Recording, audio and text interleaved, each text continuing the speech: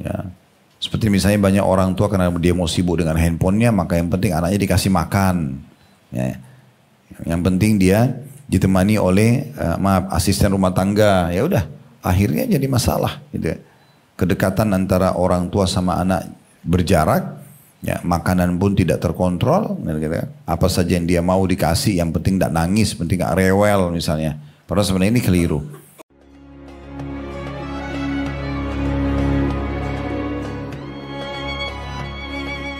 Assalamualaikum warahmatullahi wabarakatuh. Alhamdulillah, tidak henti-hentinya kita selalu bersyukur dan berterima kasih kepada Allah Subhanahu wa taala atas segala nikmat yang Allah berikan kepada kita. Dan nikmat ini tidak pernah berhenti sampai ajal seseorang kita nanti akan datang, dari makanan, minuman, air, oksigen, tempat tinggal, transportasi, pakaian dan segala macam hal yang harusnya kita tahu bahwasanya ini adalah nikmat dari Allah Subhanahu wa taala dan mensyukurinya. Dan Allah benar dengan firman-Nya dalam surah Ibrahim surah nomor 14 ayat 7, potongan ayatnya, la in syakartum la azidannakum. Kalau kalian bersyukur maka pasti aku akan tambah. Dan nikmat terbesar adalah nikmat Islam dan iman, di mana dengan Islam dan iman ini kita jadi mengenal siapa pencipta alam semesta ini. Kita juga tentunya jadi mengetahui tujuan kita hidup di muka bumi ini, dan apa yang harus kita lakukan dan apa yang tidak boleh kita lakukan. Mana yang boleh kita nikmati dan mana yang tidak boleh kita nikmati. Biasa dikenal dalam agama Allah dengan halal dan haram. Dan kita dianjurkan menjaga nikmat terbesar ini sampai kita wafat. Sebagaimana Allah berfirman dalam Al-Quran, وَلَا تَمُوتُنَّ إِلَّا وَأَنْتُمْ مُسْلِمُونَ. Dan janganlah kalian meninggal dunia kecuali dalam keadaan Islam. Selanjutnya kita panjatkan salam hormat kita kepada manusia yang paling pantas untuk dihormati dan diucapkan salam hormat, dan balasannya sangat besar di sisi Allah Subhanahu wa taala, karena mengucapkan satu kali salam hormat kepada beliau akan dibalas dengan 10 salam dari Allah Subhanahu wa taala. Dan salam Allah ini artinya pelipat gandaan pahala, pengampunan dosa, peninggian derajat, pemenuhan kebutuhan dan semua yang bermakna-makna baik. Oleh karena itu sangat wajar setelah memuji Allah alhamdulillah atas semua nikmat, kita juga mengucapkan salawat dan taslim kepada Nabi besar Muhammad sallallahu alaihi wa ala alihi wa sahbihi wasallam. Seperti biasa Bapak Ibu sekalian, tentu bapak-bapak kami sapa yang ada di online. Karena di sini yang hadir adalah ibu-ibu umumnya.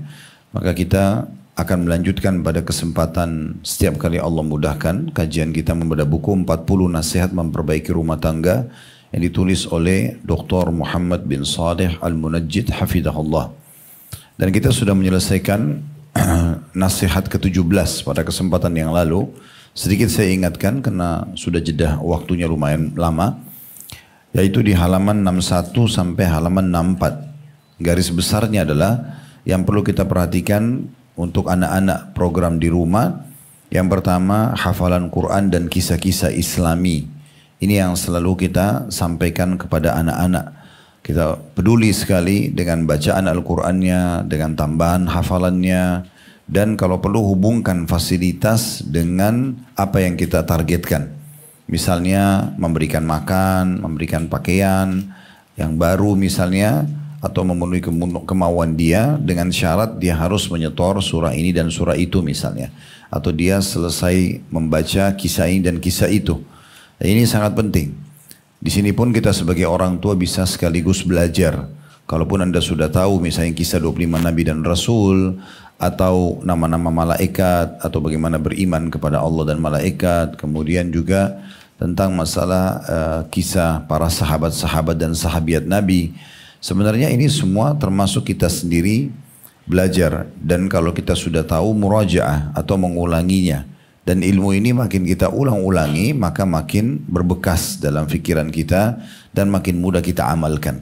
Jadi ilmu kalau kita duduk dan dengarkan misalnya 2 atau 3 kali atau bahkan sampai 5-6 kali, itu lebih mudah kita amalkan dibandingkan hanya sekali saja, yang mungkin setelah kita duduk dalam satu majelis biasanya persentase terima masuk dan berbekas dengan tidak itu sangat tipis ya perbedaannya. Kadang-kadang kalau kita setengah serius saja bisa 50-50%. Kayak majelis seperti ini misalnya, kalau kita memang hanya setengah jiwa untuk mendapatkan ilmunya, maka berarti nanti akan berbekas 50%. 50% sudah terlupakan.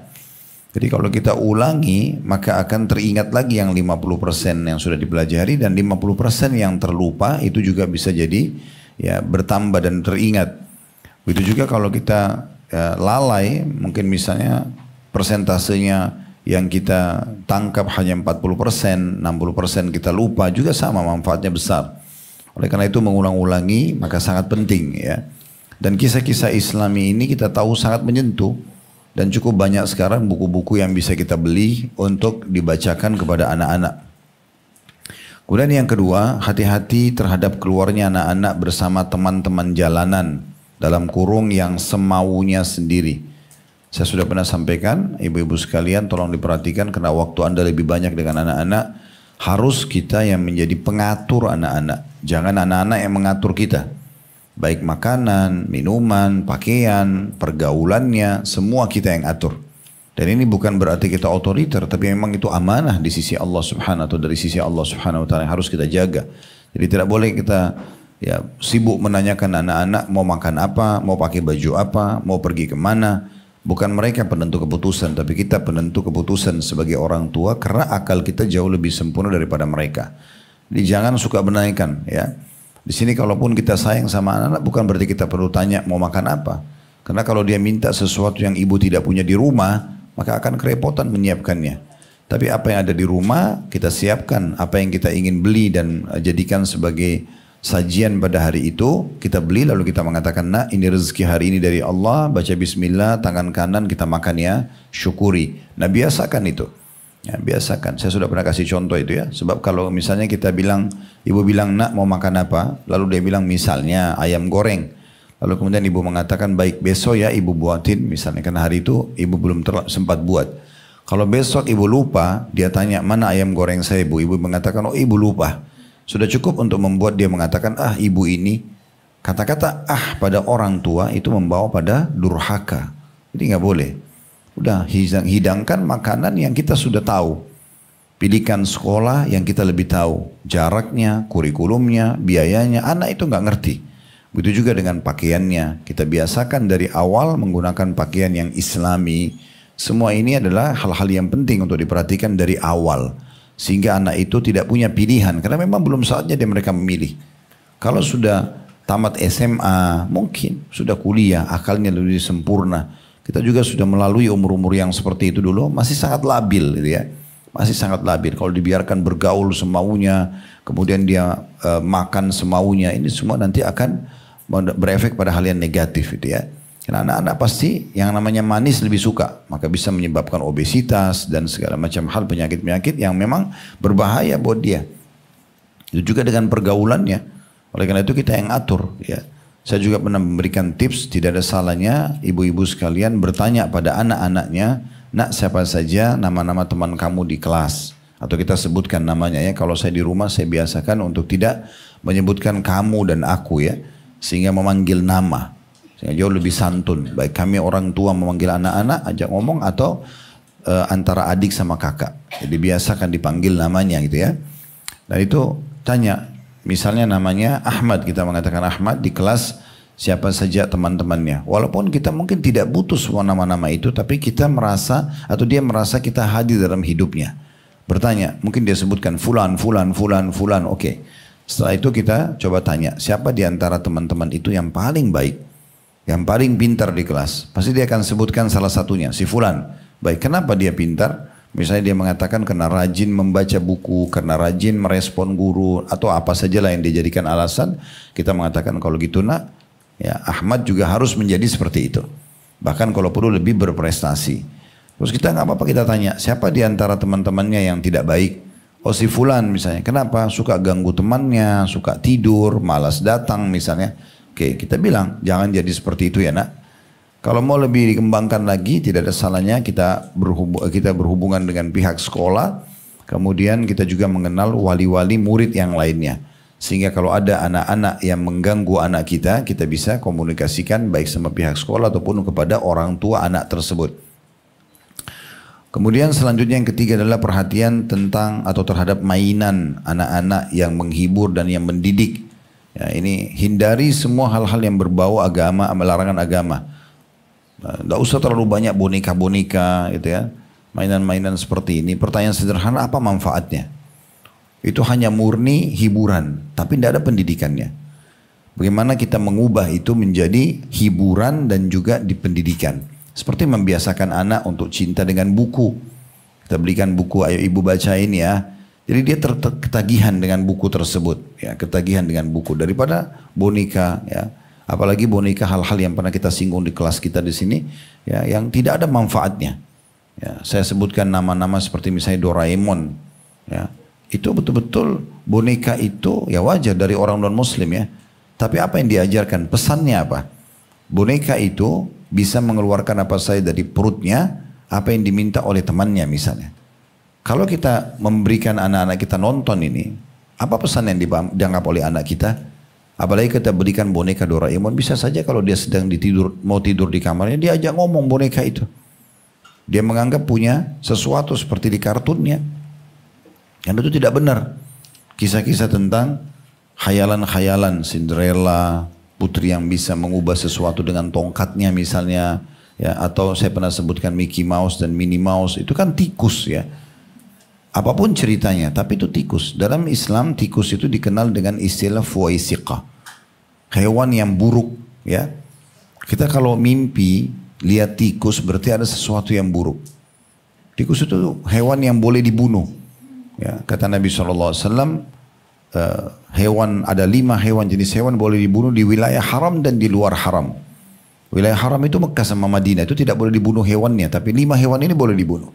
Disebutkan yang pertama tikus, baru kemudian ular, ya, kemudian anjing buas, kemudian raja wali, ya, kemudian yang selanjutnya yang kelima itu burung gagak yang bagian dadanya ada bulu warna hitamnya, tapi tikus ini bagian daripada itu. Untuk apa kita menjadikan tikus sebagai idola anak kita? Apa pesannya? Apakah hanya karena viral? Itu nggak benar, gitu ya. Maka harus hati-hati sekali. Harusnya kita mengubah itu. Kalau kita dulu waktu kecil memang terbiasa begitu dengan orang tua, karena orang tua kita belum terlalu paham. Ibu-ibu udah sekarang sudah ikut taklim. Harusnya tahu gitu ya. Apa susahnya kalau kita belikan buku dan kita biasakan dia untuk membaca, kita untuk bacakan buku tersebut, ya, yang menarik buat dia sehingga dia cinta dengan pendidikan. Setiap kali kita titipkan pesan mainan ada manfaatnya, gitu ya. Dan usahakan selalu dihubungkan dengan masalah prestasi. Jadi kalau dia mau dibelikan mainan harus ada target. Misal contoh, dia harus sholat 5 waktu on time. Hubungkan dengan masalah itu. Dia harus bisa membaca beberapa ayat Al-Quran dalam hari tersebut atau mengulangi. Atau dia harus prestasi di sekolahnya. Dia juara, baru kemudian apa yang dia mau dikasih. Nah ini semua akan sangat membantu dia untuk menjadi anak-anak yang baik. Kemudian selanjutnya yang keempat, ini misalnya kita masih muraja ya, mengulangi terakhir materi yang kita bahas ya. Yang keempat adalah memisahkan tidur antara anak laki-laki dan anak perempuan. Ini beranjak daripada hadis Nabi SAW, ajarkan anak kalian sholat di umur 7 tahun dan pukullah mereka di umur 10 tahun. Tapi sudah kita jelaskan pukulan yang tidak berbekas. Gak boleh tampar wajah, gak boleh jambak rambutnya, gak boleh cubit sampai berbekas ya. Pukulan itu hanya menggunakan jari telunjuk atau mungkin kayu siwak kecil, hanya sebagai peringatan saja. Ya, dan itu pun sudah pernah kita jelaskan, 7 tahun pertama tidak boleh ada pukulan. Ya, semuanya dengan kelembutan. Sebagaimana Ali radhiyallahu anhu mengatakan, didilah anak kalian dengan 7 tahun dikali 3. 7 tahun pertama dengan lemah lembut, karena itu masa dia belajar. Jatuhkan benda atau apa saja, maka itu memang biasa. 7 tahun kedua baru dengan ketegasan, makanya perintah dipukul di umur 10 tahun. Ada saya lihat subhanallah sebagian ibu-ibu itu terlalu luar biasa gitu ya, sama anak-anak kasar, keras. Nah, anak-anak masih kecil nggak ngerti apa-apa, semuanya harus dipukul, dicubit. Akhirnya anak itu trauma. Dan ini berbahaya, tanpa dia sadari anaknya sebenarnya sedang marah dengan dia. Ini biasanya efeknya di akhir-akhir hidupnya ibu-ibu dan orang tua seperti ini, maka dia akan tinggal bersama anaknya dan anak pun akan kasar dengan dia. Ya. Karena tidak ada sama sekali kasih sayang yang dia berikan gitu ya. Kasar sekali. Padahal sebenarnya Nabi SAW menyebutkan salah satu ciri wanita ahli surga, wanita yang wadudul walud, yang laki-laki disuruh menikah dengan mereka, yaitu yang penyayang dan juga subur gitu ya. Penyayang sini maknanya luas sekali. Kemudian juga 7 tahun yang ketiga, kalau 7 tahun kedua itu boleh tegas ya, di 10 tahun termasuk kata Nabi SAW tadi, pukul mereka kalau mau sholat, kalau tidak sholat, dan pisahkan mereka di ranjang. Itu sudah 10 tahun ya. Karena sudah mulai mengenal aurat satu sama yang lain. Walaupun umur 10 tahun umumnya belum balik ya. Tapi sudah dipisah. Kalau kita bisa memisahkan antara perempuan sama perempuan juga bagus banget gitu ya. Sekaligus ya. Kalau rumah besar, ada kamar masing-masing itu bagus. Ya, kalau tidak minimal yang sesama jenis yang digabung, misalnya kita buat ranjang susun, misalnya ya di kamar atau 2 ranjang yang berpisah, single bed misalnya, yang bisa masing-masing tidur perempuan sama perempuan, nanti kamar laki-laki sama laki-laki contohnya, itu sudah diperintahkan. Dan 7 tahun ketiga kata Ali radhiyallahu anhu ajaklah dia berdiskusi, maksudnya 14 tahun sampai 21, itu boleh kita ajak diskusi. Ya, karena memang sudah mulai sempurna akalnya gitu ya. Kalau setelah itu umur 21 tahun lepaslah di masyarakat, dia akan jadi pemimpin. Sudah bisa berjalan sendiri. Asal memang pakai metode yang benar. Termasuk di sini jangan pernah bercanda dengan misal contoh ibu lucu melihat anak laki-lakinya lalu dipakein jilbab. Misal. Atau dipakein baju perempuan. Jangan sama sekali. Ini awal bibit LGBT ini ya. Atau anak perempuan sengaja dipakein baju laki-laki gitu kan. Karena dianggap lucu kayak dipakein gamis, kopiah. Jangan. Mainannya pun dipisahkan ya. Karena memang itu penting sekali untuk memisahkan jenis kelamin. Karena Nabi SAW mengatakan Allah melaknat laki-laki yang menyerupai perempuan dan perempuan yang menyerupai laki-laki. Kemudian yang terakhir yang kelima adalah adanya bercanda dan menyayangi. Ini juga sudah panjang lebar kita jelaskan. Yaitu bagaimana kita bercanda sama anak-anak, dicium, dipeluk, itu penting sekali. Bahkan kita sadar atau tidak sadar, obat terbaik bagi anak yang sedang rewel, yang sedang sakit itu pelukan orang tuanya. Elusan orang tuanya. Bisikan kata-kata yang baik dan penuh kasih sayang. Itu luar biasa. Ya, itu besar sekali efeknya dibandingkan obat dokter saja. Ya, apa gunanya anak itu lagi sakit, kemudian disuruh minum obat sambil dimarah-marahin. Ya, itu nggak benar. Ya, saya pernah temukan begitu. Istri di rumah pada saat mau minum obat dipegang, akhirnya saya juga pas lihat gitu kan, dan sedikit dipaksa. So saya larang, kenapa harus seperti ini? Oh dia nggak mau minum obat, sebentar. Saya ajarin caranya. Saya ajak ngobrol baik-baik anak itu walaupun masih kecil. Ini obat gunanya untuk ini anak dan segala macam. Coba ya, sambil saya bercanda. Misalnya obat di sendoknya itu saya buat kayak pesawat-pesawatan nih, ayo ya minum ya. Tapi minum kok. Tidak ada masalah gitu kan. Dan dokter pun sudah tahu obat yang dikasih buat anak-anak biasanya memang sudah ada rasa manisnya. Diminum nggak ada masalah. Ya, begitu juga kalau dimandikan ya. Jangan dikagetkan. Hanya anak-anak itu trauma. Disampoin, disiram langsung. Ya, walaupun nangis nggak apa-apa. Berapa kali juga saya temukan anak-anak di rumah begitu. Terus saya tegur, saya contohin caranya. Coba diajak ngobrol, diajak bercanda, dipegangin mainan, kemudian disiram baik-baik gitu kan. Maka tidak ada masalah. Sampai selesai mandi tenang-tenang saja contohnya gitu kan.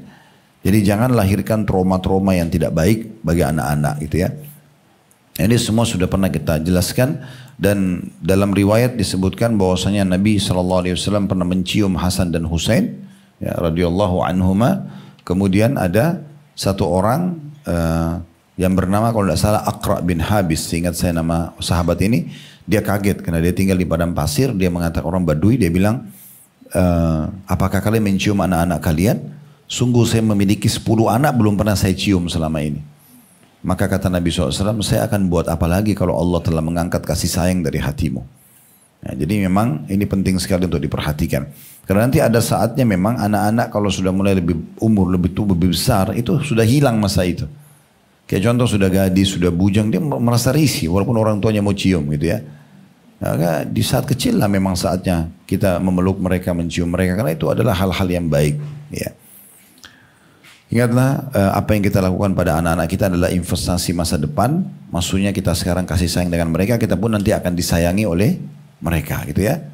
Nanti kita tidak tahu di akhir hidup kita. Mungkin akhirnya kita harus bergantung pada mereka. Mungkin tinggal di rumahnya, kita nggak tahu keadaan. Ya, atau paling tidak walaupun kita mampu berdiri sendiri, tetap masa tua kita butuh perlindungan dan juga perhatian anak-anak gitu ya. Nah seperti itulah. Baik, kita sekarang masuk ke nasihat 18 Bapak Ibu sekalian, rahimani rahimakumullah, masalah mengatur waktu tidur dan makan. Ini juga salah satu problem ya bagi anak-anak, karena mengatur waktu tidur ini harus dibiasakan. Ya, biasanya ada dibiarin begadang sampai jam 12 malam, jam 1 malam karena alasan tidak mau tidur. Sebenarnya itu tergantung. Kalau kita membiasakan lampu di rumah selalu terang, ya kita selalu menyiapkan makanan yang manis-manis ya, berlebihan, maka memang dia aktif sekali. Karena dia tidak ada beban seperti kita, kita ada aktivitas. Ya.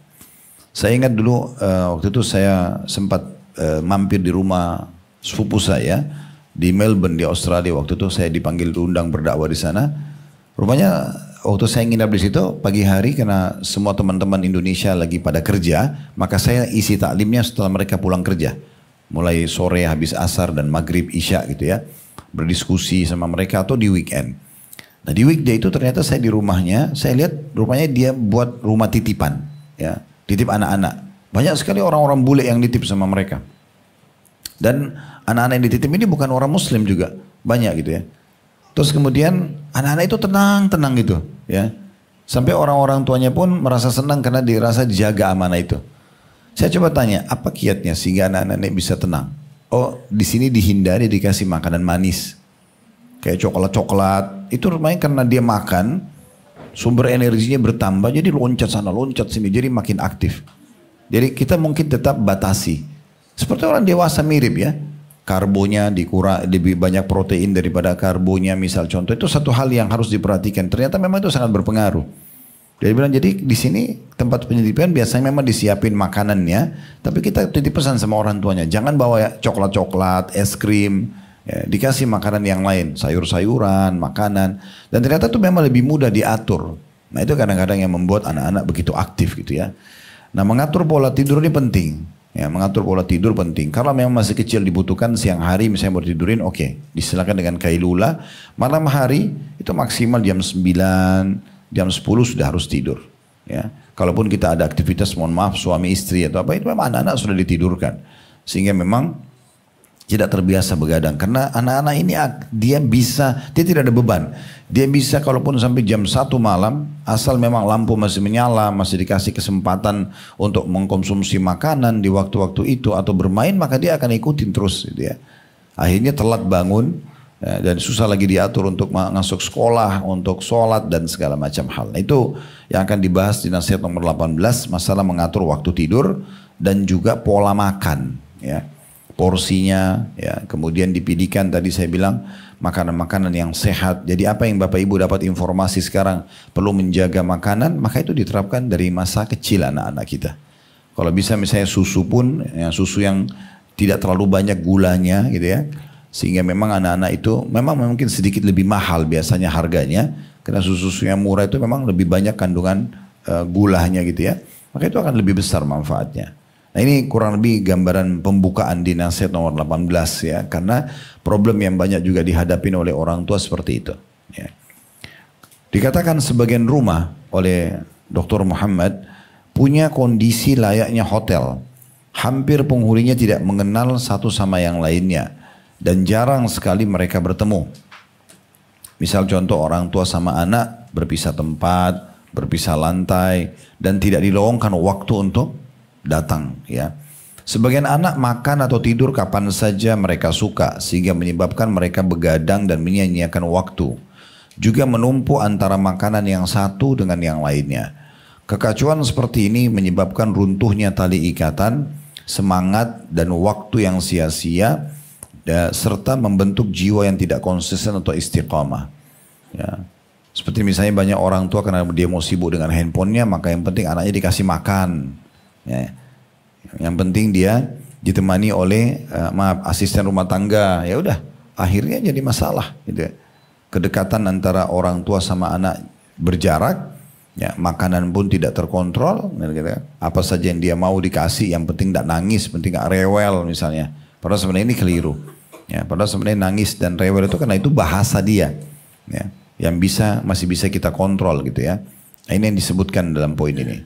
Sebagian orang yang pandai atau sebagian orang yang pandai berdalih mengatakan anak-anak yang sekolah dan kuliah waktu keluarnya tidak bersamaan, laki-laki dan perempuan. Demikian pula halnya dengan pegawai, buruh dan pedagang. Akan tetapi kondisi seperti ini tidak berlaku untuk semua. Sungguh tidak ada kenikmatan yang melebihi berkumpulnya satu keluarga di meja makan, lalu menggunakan kesempatan tersebut untuk mengetahui keadaan masing-masing serta mendiskusikan sesuatu yang bermanfaat. Bagi pemimpin rumah tangga hendaknya menentukan waktu kembali pulang ke rumah dan izin kalau mau bepergian, terutama bagi anak-anak kecil sedikit dalam umur dan akal, maksudnya di sini yang masih dikhawatirkan terjadi apa-apa atas mereka.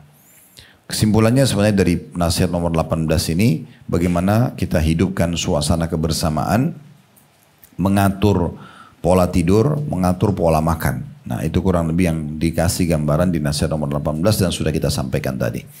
Tentu kalau kita tambahkan seperti biasa memang di setiap poin kami tambahkan informasi, maka selalu ajarkan dan kita pun bisa belajar ya tentang adab-adab tidur. Seperti misalnya berwudu sebelum tidur ya. Kalau mau ditambah dengan sikat gigi ya, bersiwak, sikat gigi, kemudian balik sisi kanan dan membaca doa ya pada saat kita sedang mau tidur ya. Saya pernah membahas dan menyusun sebuah khutbah Jumat. Saya temukan ada belasan doa ya, belasan doa yang dibaca sebelum tidur atau belasan bacaan yang dibaca sebelum tidur, baik ayat Quran ataupun doa-doa ya. Pada saat saya coba kumpulin dari sekian banyak referensi, ada di antara doa itu bahkan yang belum saya hafal, subhanallah. Saya lihat, oh ternyata ini ada tambahannya. Saya coba cek lagi. Dari banyak referensi buku-buku ternyata memang ada tambahan dan mungkin beda-beda lafaz sedikit saja. Tapi sunnah Nabi SAW ini kita anjurkan untuk mengamalkan semua. Dan itu bisa memakan waktu pada saat saya bahas di khutbah Jumat antara 35 menit sampai 40 menit. Padahal untuk khutbah Jumat sedikit agak panjang itu ya. Waktu kami membahas tentang masalah adab, serial iman tentang keajaiban malam dan siang. Maka kita sudah bahas pada saat itu di masalah keajaiban malam itu masalah adab-adab mau tidur. Berwudu, kemudian balik sisi kanan, kemudian membaca doa, pada saat mau tidur. Dan itu doanya banyak sekali sebagaimana kami bahasakan tadi ya. Dan bisa kita sisipkan juga memohon kepada Allah Subhanahu wa taala agar kalau Allah di antara doa itu ya, maknanya kalau seandainya ya Allah engkau melepas ruhku ini, maka jagalah sebagaimana aku jaga ruhnya orang-orang beriman. Kalau engkau menahannya, tidak dikembalikan lagi sehingga kita meninggal dunia, maka rahmatilah dia. Contohnya gitu ya. Nah ini semua sangat baik kalau kita bisa cicil pada anak-anak kita. Saya coba praktikin pada anak-anak, dibaca misalnya pada saat mau tidur, mereka cepat sekali hafalannya itu. Ya, mudah sekali mereka menghafal sebenarnya. Karena kalau kita tidak alihkan kepada hal-hal yang seperti ini, maka akan beralihkan pada hal yang tidak penting. Seperti mereka ngobrol saja adik kakak ya, sampai hanya mereka tertidur. Ini sayang banget gitu ya. Padahal sebenarnya banyak pesan yang bisa kita bacakan kepada mereka. Nah di antara doa-doa mau tidur itu juga kita bisa baca terjemahannya pada mereka supaya mereka bisa merenungi maknanya. Dan kalau kita cicil dari masa kecil, umur 3 tahun, 4 tahun, 5 tahun, 6 tahun semuanya kita cicil, kan tahunan sifatnya. Maka bisa kita terus tambah dan sempurnakan dari zikir-zikir dan doa mau tidur itu. Nah ini diantaranya gitu ya. Sama juga kita ingatkan kalau step selanjutnya, maka kita mulai ajarkan kalau dia sudah amalkan itu doa terkaget pada saat bangun tengah malam. Itu ada hadis Nabi SAW. Sampai terkaget di malam hari, kemudian dia membaca la ilaha illallah wahdahu la syarika lah lahul mulku wa lahul hamdu wa huwa ala kulli syai'in qadir. Subhanallah walhamdulillah wa la ilaha illallah wallahu akbar wa la hawla wa la quwata illa billahil aliyil azim. Lalu kita tambah dengan Allahumma gfirli, maka akan dibersihkan dosa-dosanya yang lalu. Dan kalau dia sholat diterima sholatnya, kalau dia berdoa diijabah doanya.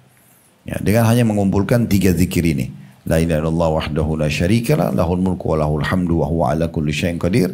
Ini sudah kita tahu semuanya. Kemudian ditambung dengan zikir yang kedua, subhanallah walhamdulillah wa la ilaha illallah wallahu akbar. Ini juga sudah kita tahu tentunya. Dan yang ketiga, wala haula wala quwata illa billahil aliyil azim. 3 zikir ini digabung, kemudian kita tambah dengan terakhirnya Allahumma gfirli. Ya Allah ampunilah aku. Ini dahsyat sekali ya. Terkaget saja. Ya, itu akan diampuni dosanya yang lalu. Kalau dia sholat diterima sholatnya, kalau dia berdoa diterima doanya. Ini kan penting untuk kita kuasai dan kita amalkan sebagai orang tua. Begitu juga kita terapkan pada anak-anak. Kemudian juga ada doa bangun tidur, ada pada bangun tidur. Yang kata Nabi SAW, seseorang yang kalian kalau mau tidur maka syaitan akan mengikat tengkuknya dengan 3 ikatan dan meniup di setiap ikatan itu, tidurlah malam masih panjang. Kalau dia bangun lalu dia berzikir lepas ikatan pertama, Kalau dia berwudu maka lepas ikatan kedua, dan kalau dia sholat terlepas ikatan ketiga. Maka engkau akan temukan, kata Nabi SAW, orang yang lakukan itu adalah orang yang paling lapang dadanya dan senang hidupnya. Paling semangat di hari itu. Jadi bangun tidur langsung zikrullah, ya, zikir bangun tidur, kemudian berwudu, lalu kemudian sholat. Apakah sholat tahajud atau sholat subuh? Yang sifatnya tepat waktu sholat subuhnya, maka ini akan membuat dia lepas dari 3 ikatan syaitan, dan dikata Nabi SAW, dia akan tayyibun nafs, nasyitan tayyibun nafs. Dia akan semangat melalui hidupnya dan jiwanya lapang, senang gitu ya. Kata Nabi SAW, dan kalau dia tidak lakukan itu, maksudnya tidak pada saat bangun tidak zikir, kemudian juga tidak wudu dan tidak sholat, maka engkau akan temukan, kata Nabi SAW, dia khabithun nafs, jiwanya buruk ya. Kemudian juga kaslan, malas gitu ya. Maka ini yang terjadi, dan Nabi SAW sudah berikan kita bocorannya. Makanya kita harus perhatikan baik-baik hal-hal yang seperti ini. Dan ingat juga selalu yang diprioritaskan kalau ditanya kepada anak-anak itu sholat dulu ya. Udah sholat belum? Bukan sudah makan belum gitu ya. Jadi sudah sholat, ditanya perhatikan masalah sholatnya, baru kemudian kita pindah kepada yang lain gitu ya. Kemudian nasihat ke-19 ya, meluruskan pekerjaan wanita di luar rumah. Ini nasihat yang sudah berbeda sebenarnya ya, sudah beda lagi, bukan anak-anak yang disinggung tapi lebih kepada ibu-ibu yang beraktivitas di luar rumah ya. Dan kita mungkin tutup dengan nasihat ini karena ini sedikit agak panjang bahasannya, dari halaman 66 sampai di halaman 71 ya. Baik, saya akan bacakan dulu. Meluruskan pekerjaan wanita di luar rumah. Syariat Islam adalah saling melengkapi satu sama yang lain. Ketika Allah memerintahkan para wanita dalam firman-Nya, waqarna fi buyutikun, hendaklah kamu netap di rumahmu, dalam surah Al-Ahzab surah nomor 33 ayat 33 ya. Ini mudah untuk diingat ya. Artinya Allah Subhanahu wa taala berbicara kepada semua wanita muslimah, waqarna fi buyutikun. Jadi menetaplah kalian di rumah kalian. Berarti mayoritas waktu ibu-ibu memang di rumah gitu ya. Boleh keluar tapi pada saat hal-hal yang dibutuhkan. Misalnya berobat, misalnya silaturahim keluarga, misalnya juga orang sakit, aktivitas menuntut ilmu, ya, pergi ke pasar penting gitu ya. Tapi itu adalah program-program yang dinomor duakan. Nomor satunya itu adalah bagaimana kita lebih banyak menyelesaikan urusan rumah gitu ya. Ada orang dari pagi sudah keluar rumah sampai malam dan tidak pernah tahu apa yang terjadi di rumahnya. Cuma sekedar telepon asisten rumah tangganya, kemudian dia tidak tahu apa yang sedang terjadi di sana gitu ya. Maka ini harus hati-hati karena Allah berfirman begitu. Maka Allah menjadikan ada orang yang wajib menafkahi mereka seperti ayah atau suami. Jadi kalau ibu-ibu belum nikah, maka yang wajib memberikan nafkah, memenuhi kebutuhan supaya ibu nggak perlu repot-repot kerja, makan, minum, pakaian, ya, pendidikan, itu semua adalah ayah. Kalau sudah menikah adalah suami. Jadi suami punya kewajiban dan berdosa kalau dia bengkalikan masalah makanan ibu, minuman, tempat tinggal, transportasi, ya, dan juga pakaian sebagaimana sudah kita jelaskan di dalam bab masalah nafkah di beberapa pasal yang sebelumnya gitu ya. Pada hukum asalnya wanita tidak dibolehkan bekerja di luar rumah kecuali karena suatu kebutuhan. Sebagaimana ketika Musa alaihissalam melihat 2 anak gadis orang saleh yang menahan atau menghambat kambing gembalaannya menunggu giliran, Musa menanyakan kepada mereka, "Ma khatbukuma?" Qalata la nasqi hatta yusdila ar-ri'a wa abuna syaikhun kabir. Apakah maksudmu dengan berniat seperti itu? Kedua wanita itu menjawab, kami tidak dapat meminumkan ternak kami sebelum pengembala-gembala itu memulangkan ternaknya. Sedang bapak kami adalah orang tua yang lanjut usianya. Sebelum kita lanjut, saya perlu jelaskan dalam Al-Quran digambarkan ini ya. Waktu Nabi Musa alaihissalam dikejar-kejar oleh Fir'aun untuk dibunuh, maka beliau melarikan diri ke sebuah wilayah namanya Madian. Di sana beliau ketemu dengan Syuaib. Dan awal kisahnya adalah Nabi Musa alaihissalam tiba di Madian dalam kondisi bajunya kotor karena nggak bawa bekal pakaian dan tidak ada orang yang dikenal di Madian. Sendalnya pun sudah compang camping gitu ya. Kemudian dia pertama sekali tiba di wilayah Madian, dia lihat ada satu sumur di mana orang-orang Madian minum dari situ. Dan juga baik buat mereka atau gembalaannya. Nah ternyata dari sekian orang banyak yang minum dan ambil air, ada 2 orang wanita yang juga ikut antri. Tapi mereka tidak bisa buat apa-apa. Dalam beberapa riwayat yang pernah kami temukan, itu adalah sumur itu ditutup dengan batu yang besar. Dan tidak bisa diangkat kecuali oleh 10 orang laki-laki gitu ya. Maka Nabi Musa AS bertanya kepada kedua wanita tersebut, apa urusan kalian? Kenapa kalian sampai ada di sini? Maka mereka mengatakan, kami nggak bisa memberi air ternak kami dan kami juga tidak bisa ambil air kecuali batu ini harus diangkat. Sementara batu itu diangkat oleh orang-orang tertentu pagi hari, nanti sore hari mereka tutup lagi sumurnya. Supaya orang-orang tidak meracuni sumur itu karena itu sumber minumnya penduduk Madian. Maka pada saat itu Musa alaihissalam membantu mereka mengangkat batu itu karena memang para nabi-nabi diberikan kekuatan 10 orang laki-laki, diangkatlah batu tersebut lalu diberikanlah air ya. Nah, ini yang terjadi pada saat itu. Di sini Syekh Muhammad Munajjid Habibullah, beliau ingin menitik beratkan wanita-wanita ini keluar bekerja. Dalam Al-Quran diceritakan dalam surah Al-Qasas ayat 23, mereka keluar karena bapaknya sudah sangat tua ya, tidak mampu lagi untuk mengembala kambing dan juga mengambil air gitu ya. Maka mereka terpaksa keluar, berarti ada uzurnya untuk keluar gitu ya. Nah ini sebagian ulama jadikan sebagai dalil bolehnya wanita beraktivitas di luar rumah kalau memang dibutuhkan dan urgent. Tapi kalau semua sudah terpenuhi, ya untuk apa gitu ya? Menghabiskan waktu hal-hal yang tidak diperlukan dan Allah akan tanya pertanggungjawabannya pada hari kiamat. Hanya karena mau kejar prestasi, ya misalnya contoh dunia sementara itu tidak dituntut bagi dia karena semua sudah terpenuhi. Ya tapi kalau darurat, urgent, ya.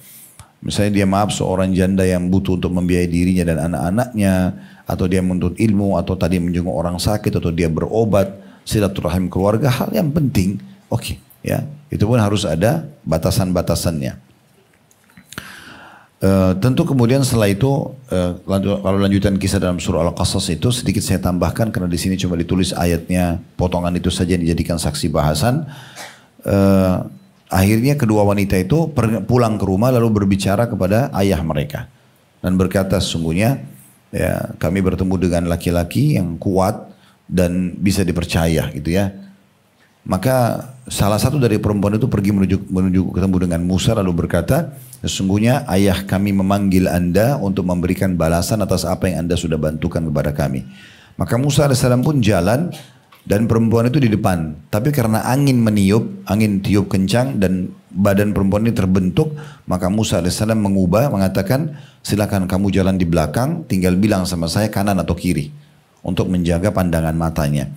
Maka perempuan itu pun dari belakang lalu dipandu ke kanan ke kiri sampai tiba di rumah ayahnya. Begitu diceritakan dalam Al-Quran. Kemudian pada saat sudah ngobrol-ngobrol ya tentang kisah Fir'aun dan segala macam, maka Syuaib yang ada di rumah itu ayahnya daripada 2 perempuan ini mengatakan kau akan selamat karena Mesir itu jauh dari sini. Ini bukan wilayah kekuasaan Fir'aun. Lalu kemudian salah satu dari anak perempuannya mengatakan, wahai ayahku, kenapa anda tidak menyewa orang ini? Karena orang ini kuat dan terpercaya. Kuatnya karena dia bisa angkat batu itu sendiri tadi. Ya, bisa juga mengembala kambing dan masih muda, serta juga dia terpercaya. Terpercaya di sini maksudnya tadi karena dia tidak mau lihat auratku. Pada saat jalan membentuk badan dia suruh saya jalan di belakang. Maka Syuaib tidak lagi menunda lalu mengatakan, bagaimana pendapat wahai Musa kalau saya menikahkan kamu dengan salah satu dari anak perempuan saya ini? Ya. Maka Musa alaihissalam mengatakan dengan janji akadnya adalah kamu bekerja membantu saya selama 8 kali haji. Bisa 8 tahun. Waktu itu mereka hitung haji ya. Maka kalau kamu mau sempurnakan 10 maka itu dari sisimu. Tapi 8 kali haji akadnya. Ini sebagai mahar gitu ya. Karena Musa alaihissalam tidak punya apa-apa. Dan keluarlah sebuah hukum bolehnya mahar itu dengan jasa. Tidak harus dalam bentuk fisik harta gitu ya.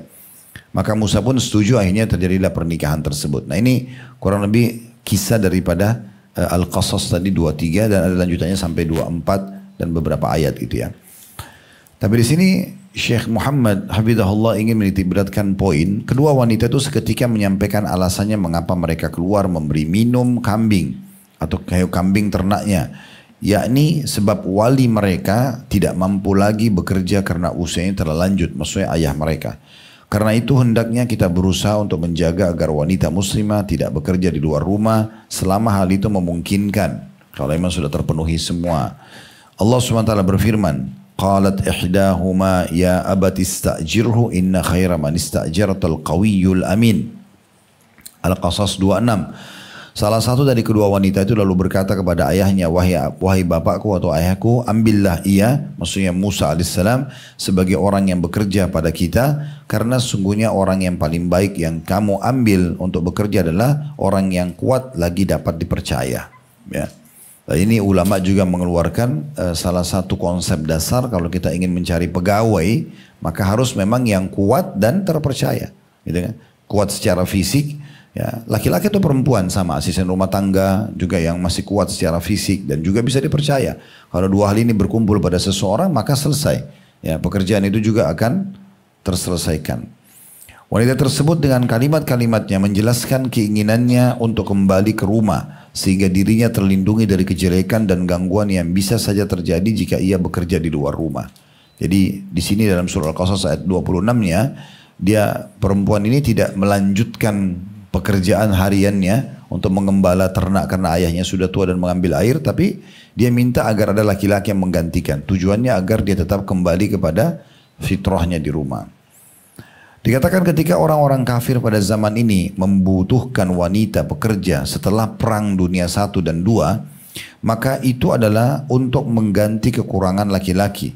Kondisinya sangat sulit karena mereka harus mengembalikan denyut kemajuan yang telah dihancurkan oleh perang.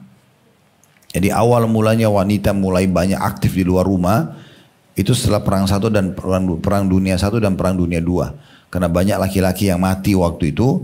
Setelah mulai ada perdamaian dunia, maka mereka butuh untuk memutar kembali ekonomi dan memajukannya. Maka mereka mulailah memicu wanita-wanita mereka untuk bekerja di luar rumah. Awalnya memang tidak seperti itu. Ya, awalnya tidak seperti itu.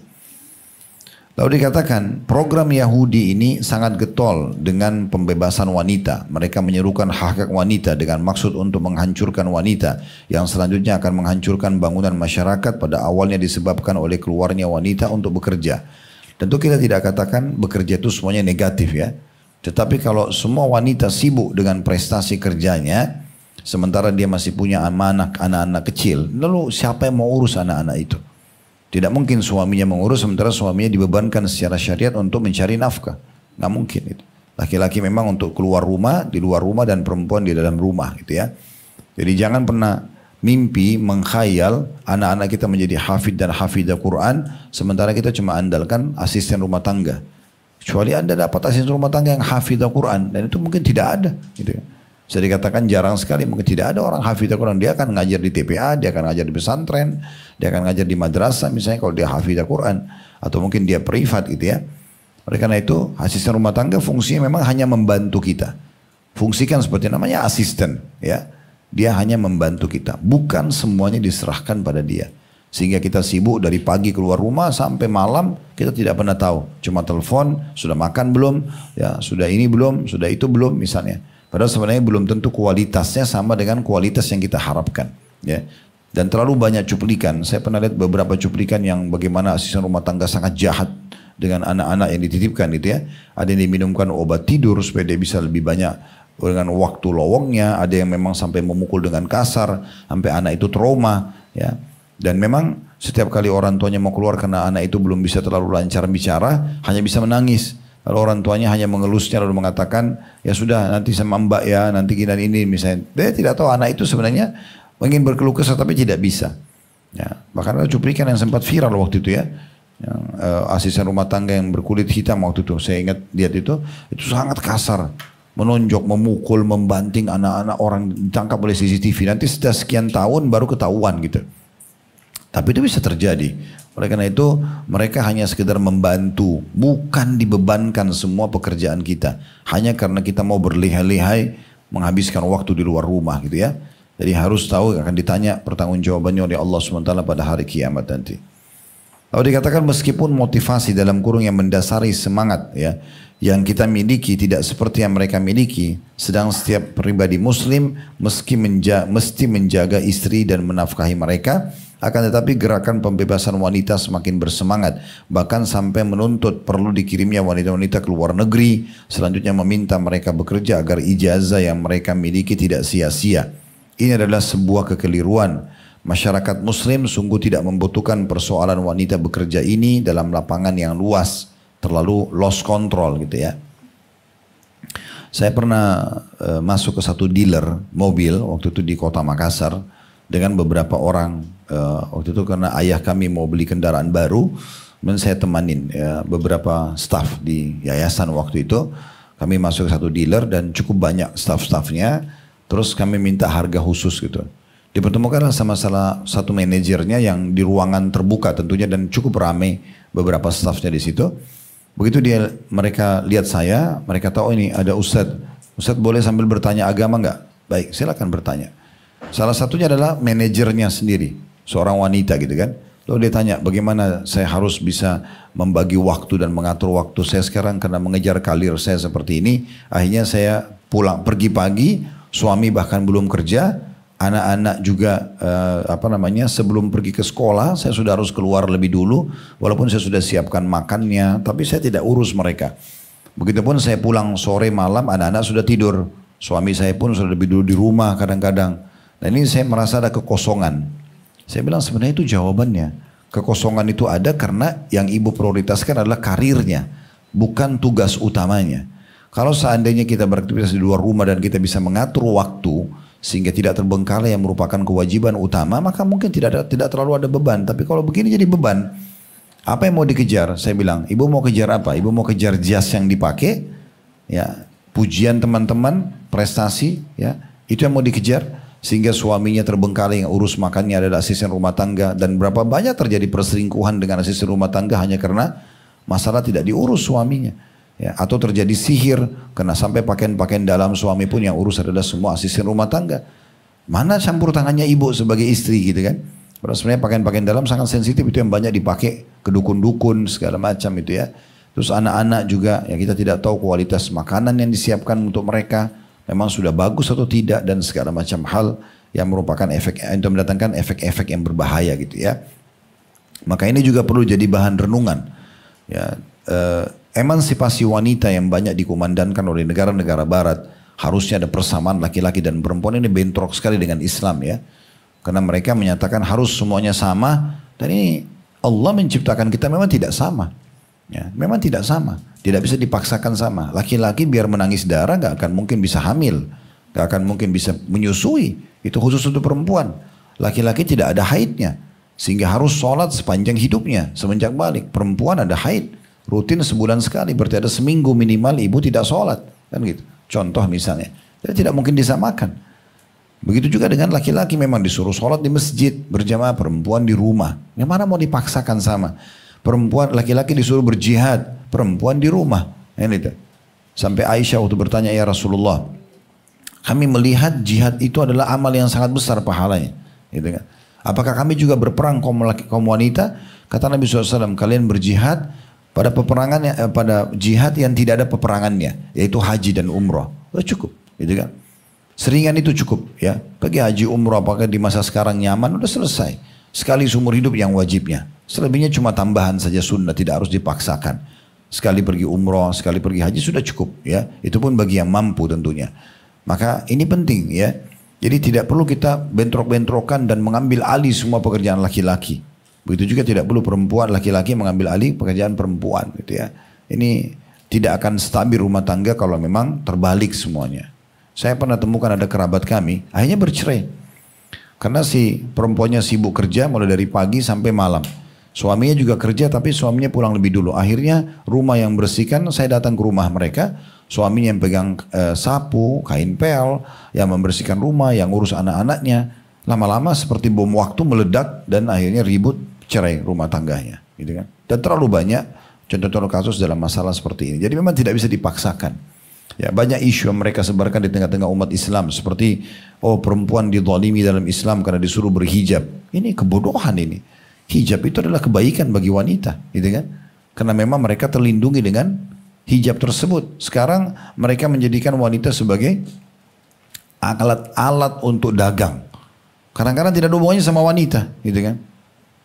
Jualan obat, jualan mobil atau apa saja harus wanita dan harus terbuka. Ya, dengan alasan bahwasanya itu nanti akan bisa menjual. Berarti wanitanya yang dijual, bukan mobilnya sebenarnya. Karena mobil dia punya kualitas sudah cukup dipamerkan, selesai. Tapi memang sudah seperti itu. Dan muslimah tidak boleh ikut-ikutan, gitu kan.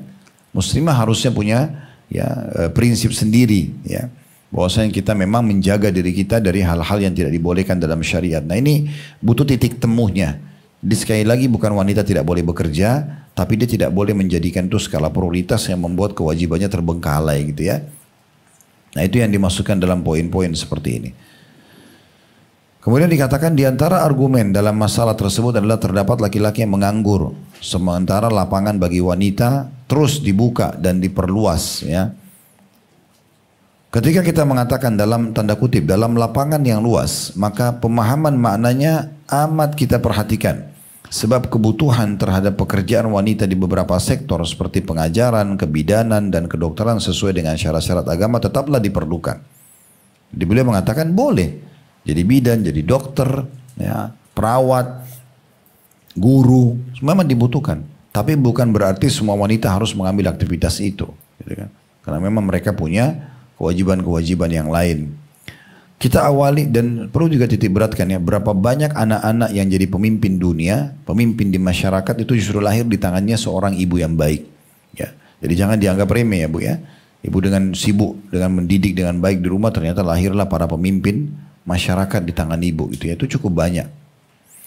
Kita awali pembahasan ini dengan mukaddimah seperti di muka tadi dibahas, karena kita saksikan bahwa sebagian wanita keluar bekerja bukan karena kebutuhan, bahkan terkadang dengan gaji yang sangat kecil, sebab ia merasa harus keluar bekerja meski ia sendiri tidak membutuhkannya. Bahkan meski di tempat yang tidak cocok untuknya. Setelah itu terjadi berbagai fitnah yang besar.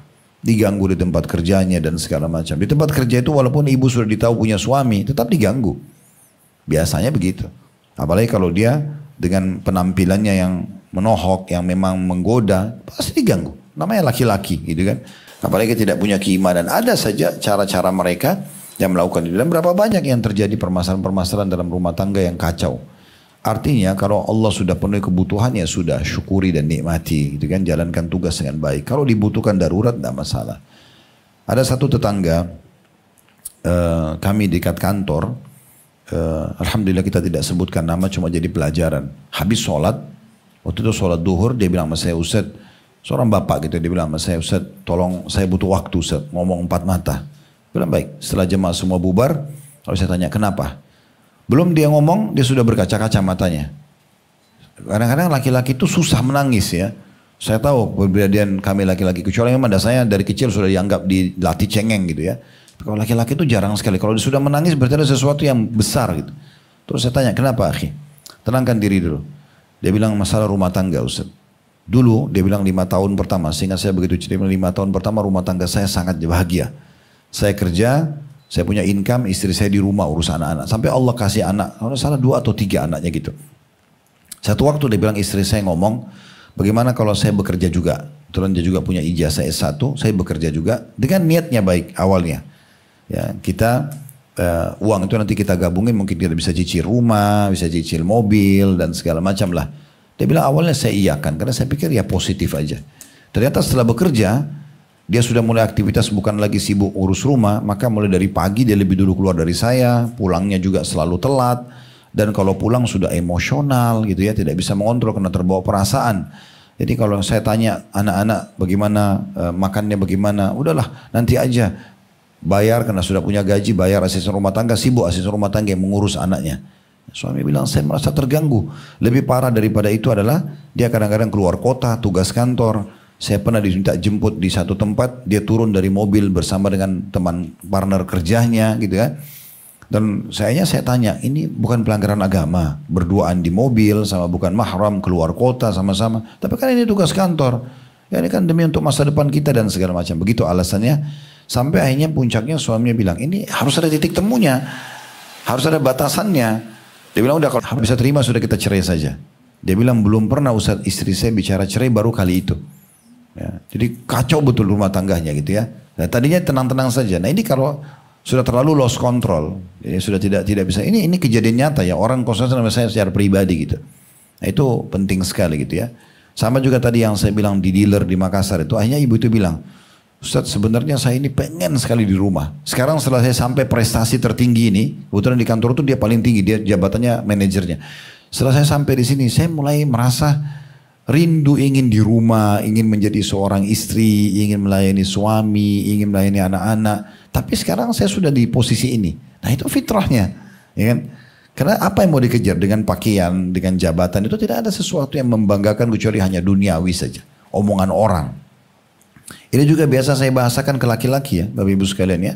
Kalau saya kumpul sama bapak-bapak misalnya, saya mengatakan salah satu hal yang harus diperhatikan adalah mendahulukan istri dan anak daripada teman-teman. Karena bapak-bapak juga begitu, kadang-kadang kumpul sama temannya sampai jam 11, jam 12 malam tidak pulang ke rumah. Istrinya sudah siapin makan, kemudian juga sudah anak-anak sudah menunggu misalnya, di waktu dia harusnya datang, dia tidak datang. Nah ini juga masalah gitu ya. Sehingga akhirnya dia lebih pilih teman. Kadang-kadang teman-temannya cuma godain, nah ini siapa yang pulang duluan berarti takut sama istrinya nih. Sehingga mereka kuat-kuatan tidak pulang duluan. Nah itu, saya sering nasihatin tuh. Orang bodoh memilih teman daripada istrinya. Teman hanya sekedar teman ngobrol. Apa yang mau dicari dari mereka? Pujian mulutnya, lisannya, untuk apa? Sama istri bisa biologi, bisa ngobrol, bisa makan, bisa berikan masukan kepada anak-anak, bisa tahu problem apa yang salah di rumah bisa dipecahkan dan segala macam hal. Jadi saya bukan bicara ini hanya depan ibu-ibu karena menyinggung masalah perempuan. Saya juga bicara depan laki-laki hal yang sama. Berbagi untuk memberikan masukan-masukan. Kalau mau stabilitas rumah tangganya berjalan baik. Ya. Kata beliau di sini, agar adil maka kita katakan, tanda kutip, ini masih di halaman 69 di dua paragraf dari bawah ya. Agar adil maka kita katakan, kata beliau, tanda kutip, sungguhnya bekerjanya wanita terkadang memang benar-benar suatu kebutuhan. Misalnya wanita itulah yang menanggung dan menopang ekonomi keluarga setelah kematian suami, atau ayahnya telah tua, renta, sehingga tidak sanggup bekerja atau yang semisalnya. Di sebagian negara, karena nilai-nilai masyarakatnya tidak atas dasar nilai-nilai Islam, maka terpaksa istri bekerja untuk ikut menutupi kebutuhan rumah tangga bersama suaminya. Bahkan seorang laki-laki tidak mau meminang kecuali kepada wanita yang telah kerja. Lebih dari itu, sebagian mereka dalam akad nikahnya mensyaratkan agar calon istrinya itu bekerja. Ini di sebagian negara-negara non-muslim ya. Kalau dia tahu itu perempuan justru hanya urus rumah, dia nggak mau. Tapi kalau bekerja di satu tempat ada income-nya karena dia pikir supaya tidak mengganggu income-nya. Ada juga laki-laki begitu, kalau tidak punya nilai-nilai Islam ya, dia tidak menganggap kewajiban dia adalah memenuhi nafkah, maka dia mau istrinya biaya sendiri. Saya pernah dapat ada rumah tangga seperti itu, suami istri hitung-hitungan, pinjam-pinjaman uang ya, ribut gara-gara yang harus membiayai ini dan itu adalah kamu dan ini saya misalnya. Nah, semua tidak ada dalam Islam ini. Semua itu kewajiban suami. Penuhi semua kebutuhan di rumah. Istri menjaga amanah itu dengan baik. Selesai. Tidak ada mubazir, tidak ada kecurangan. Nah itu dasarnya. Kesimpulannya, ini sebagai penutup, kata Syekh Muhammad Habibullah, terkadang wanita bekerja untuk kebutuhan atau untuk tujuan yang islami. Seperti dakwah ke jalan Allah, di medan pendidikan, atau sebagai hiburan. Ya, atau sebagai hiburan seperti yang terjadi pada sebagian mereka yang tidak memiliki anak. Adapun dampak negatif bekerjanya wanita di luar rumah diantaranya, yang pertama, timbulnya berbagai bentuk kemungkaran seperti ikhtilat, dalam kurung pencampuran antara laki-laki dan perempuan tanpa hijab, yang berakibat saling berkenalan lalu kemudian melakukan khalwat atau berduaan, menggunakan wewangian untuk menarik lelaki, memperlihatkan perhiasan kepada mereka, yang akhirnya atau pada akhirnya bisa berlanjut jauh hingga pada perzinahan. Ini faktanya ya. Yang kedua, tidak memberikan hak suami, meremehkan persoalan rumah dan melalaikan hak-hak anak dalam kurung, dan ini adalah tema kita yang sebenarnya. Kemudian yang ketiga, berkurangnya makna hakiki dari perasaan kepemimpinan laki-laki atas jiwa sebagian wanita. Cobalah renungkan, seorang wanita yang membawa ijazah sama seperti ijazah suaminya, bahkan terkadang ijazahnya lebih tinggi dari ijazah suaminya, padahal ini tidak tercela kalau tidak punya ijazah lebih tinggi dari suami. Lalu dia bekerja dengan gaji yang terkadang lebih tinggi dari gaji suaminya. Apakah wanita seperti ini akan merasa perlu sepenuhnya kepada sang suami dan akan mentaati dengan sempurna? Tanda tanya. Ataukah perasaan tidak butuh menyebabkan kemelut goncangnya bangunan rumah tangga secara mendasar? Kecuali wanita yang dikehendaki baik oleh Allah Subhanahu wa taala, dan itu sangat sedikit, ya. Demikianlah persoalan nafkah atas istri yang bekerja serta nafkah kepada keluarga tidak akan berakhir. Ada satu masalah berhubungan dengan masalah kejiwaan. Laki-laki, saya bicara tentang diri saya misalnya. Di saat kami bekerja dan kami bisa memberikan nafkah kepada keluarga, maka ada kepuasan tersendiri. Misal contoh, masuk ke rumah melihat istri dan anak lagi makan, mereka terjaga, terawat di rumah, itu rasa capeknya hilang.